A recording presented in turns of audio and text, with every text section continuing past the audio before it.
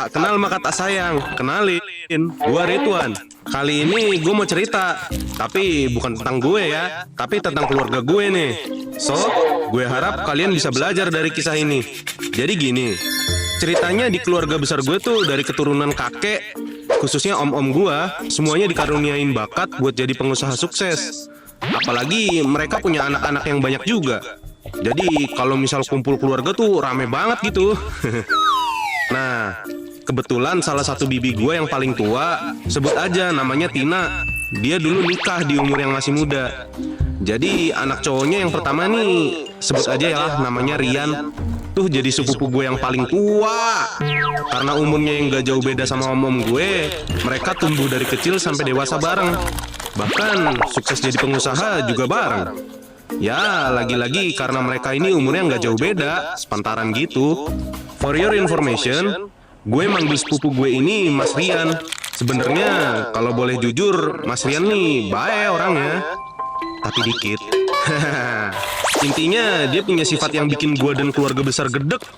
Yap, sifat sombongnya. Nauzubillah, bikin gue ngelus dada. Yang bikin kesel lagi, dia tuh orangnya nggak punya urat malu gitu. Kalau ngomong suka teriak-teriak kayak Tarzan. Padahal lawan bicaranya nggak jauh. Terus dia juga suka ikut campur masalah orang lain. Ya, kan jadinya malah ganggu ya. Ya, overall kalau bisa gue kasih rating mah ini minus bintang 5 dah. Bahkan anak-anaknya suka malu sendiri sama gelagat bapak ini. Nah, setahun lalu ada satu om gue, sebut aja namanya Anwar.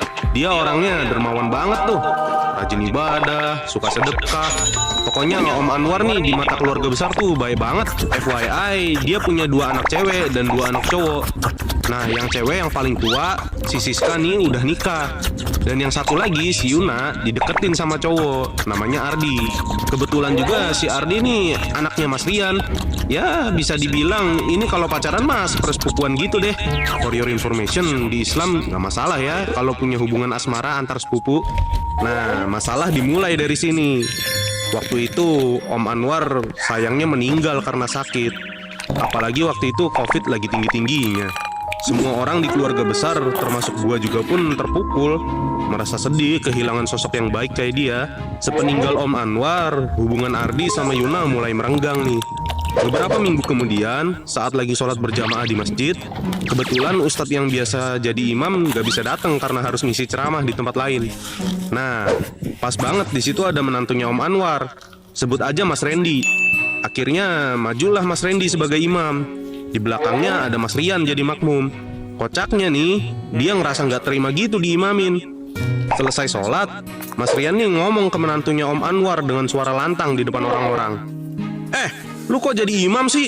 Lu tuh gak boleh, lu kan fasik. Kerjaan mertua lu tuh haram. Seisi masjid pada ngeliatin. Sumpah gue juga ikutan malu anjir. Nah, dari sini ramailah keadaan. Secara dia ngerusak nama baik almarhum Om Anwar yang dikenal orang baik. Usutnya usut, dia ternyata kesel sama almarhum Om Anwar dan keluarganya. Lu pengen tahu gak kenapa? Karena pertama, hubungan anaknya sama anak almarhum Om Anwar tuh gak direstui. Yup, hubungan Ardi sama Yuna aja nggak direstui gitu. Terus karena itu juga dia jadi kehilangan kesempatan tuh buat dapetin usaha dan aset berharga dari almarhum Om Anwar. Bahkan Mas Rian pernah bilang terang-terangan di depan orang-orang, tanah itu mah punya si Anwar, ntar juga jadi punya gua. Tapi begitu almarhum meninggal, usaha sama aset-aset dia dipegang sama menantunya ini. Ya, yang memang bisa dipercaya orangnya. Jadi intinya Mas Rian nih nggak terima gitu. Dia nuduh usaha almarhum Om Anwar dengan yang enggak, fitnah ini itu. Tapi ya sekeluarga besar juga udah tahu gimana busuknya mulut tuh orang. Nggak mau selesai gitu aja. Akhirnya sekeluarga besar ngajak ngomong baik-baik Mas Rian. Ditegurlah supaya cepat sadar dan berhenti musik atau bahkan bicara yang enggak soal keluarga sendiri. Kita semua cuma pengen akur supaya hubungan antar sepupu dan saudara lain jadi lebih berkah gitu. Setelah Mas Rian dipanggil dan diajak ngobrol baik-baik, Mas Rian nih ternyata masih cukup keras kepala. Katanya nih, loh kok ini jadi serius ya? Itu saya cuma bercanda kok. Gak maksud apa-apa, jangan kebawa emosi ah. Terus dijawab sama om gue, sebut aja namanya Om Pino. Kalau memang niatnya bercanda, ya jangan sampai melukai hati dong. di sini kan omongan Rian udah bikin resah banyak pihak. Mungkin kamu nggak sadar, tapi banyak saudara yang merasa tersinggung, Yan. Mas Rian sempat diam sebentar. Dia kayak menahan kesal gitu. Serasa ada sesuatu yang udah lama pengen dia keluarin. Terus akhirnya dia ngomong, lagian sebetulnya si Randy kan cuma menantu, orang luar keluarga. Harusnya nggak dapat jatah warisan sama sekali. Sudah. Akhirnya dia menunjukkan sendiri kebusukannya tuh. Reaksi keluarga yang dengar itu macam-macam. Ada yang emosi sampai mau lempar slime. Ada yang cuma bisa menghela napas. Ada juga yang malah malu. Kok bisa ya kepikiran kayak gitu? Om Pino yang memang lebih sabar dari yang lain akhirnya bilang, ya elah ya, harta kagak dibawa mati. Ngapain amat pusing-pusing mikirin gituan? Nggak pantas juga kalau sama keluarga sendiri harus berselisih cuma karena harta. Akhirnya setelah kejadian itu, dia nggak pernah lagi tuh datang ke kumpulan keluarga besar. Kayak ngejauh gitu.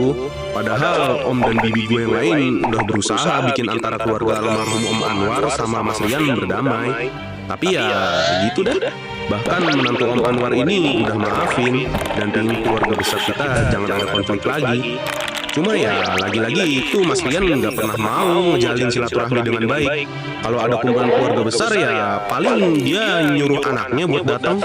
Kalau dipikir-pikir sebenarnya Mas Rian ini juga nggak semerta-merta jadi orang gagal karena masalah ini.